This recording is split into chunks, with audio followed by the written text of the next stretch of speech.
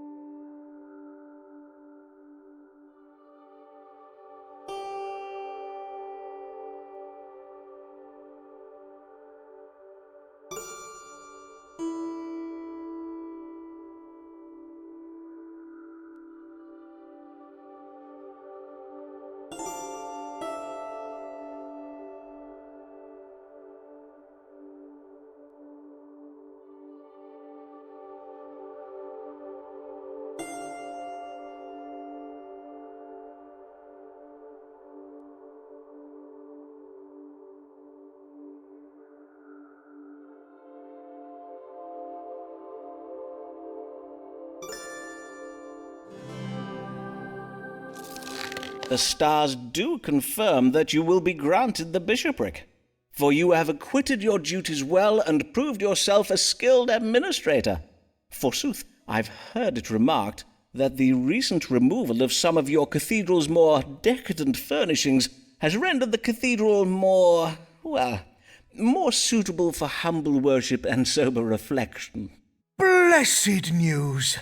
And upon which day will I be ordained? I must inform Mistress Blagg, so that she may prepare our household for removal to the Bishop's Palace at Salisbury.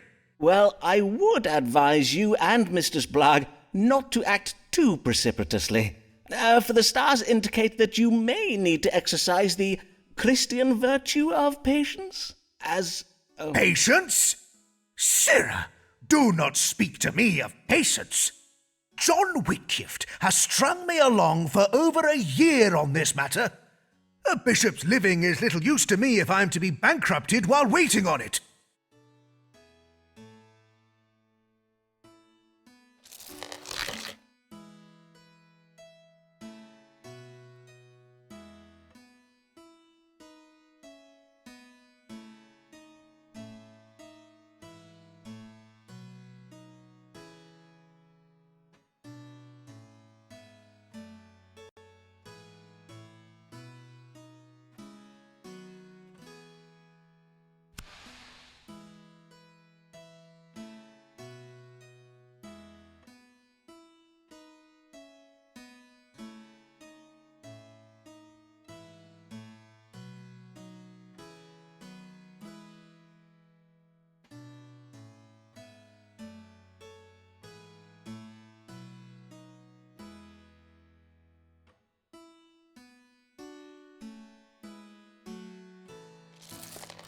Lancelot more awe-struck by the muse, for his sonnets foul, there be no excuse. Many do strike him as well, and for his verse they damn him to hell.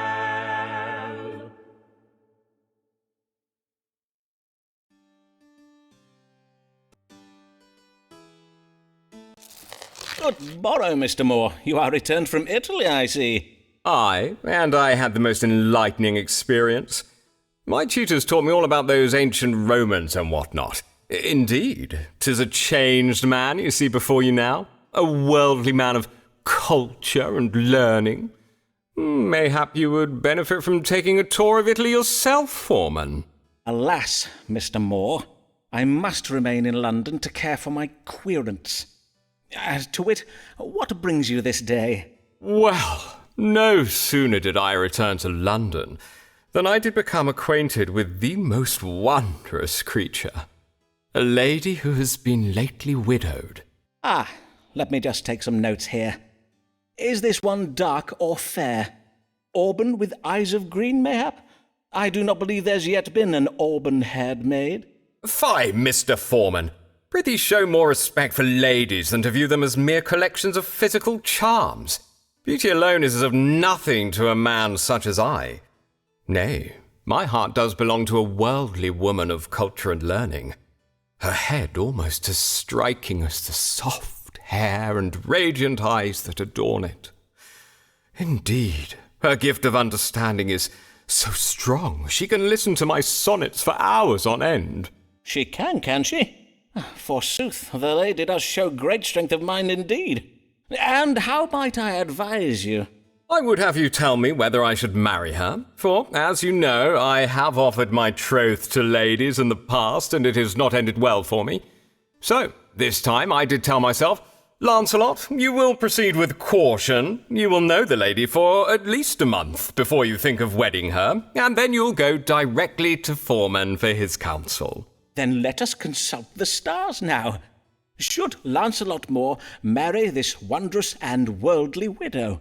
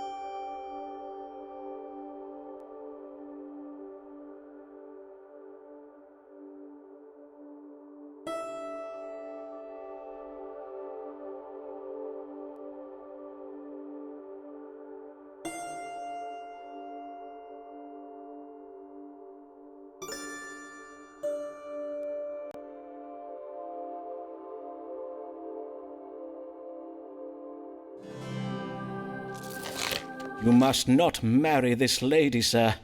You are a wealthy man, and she has designs upon your fortune that may result in your untimely death. Ye gods! Verily? I am afeard so. You must take care not to let your emotions lead you astray. She seemed so. She told me she... Are you sure? You did not put a planet in the wrong house or whatnot? Aye, quite sure. Oh, well indeed, 'tis most lamentable. Oh, what a waste of such fine eyes. Mayhap Emma has a sister.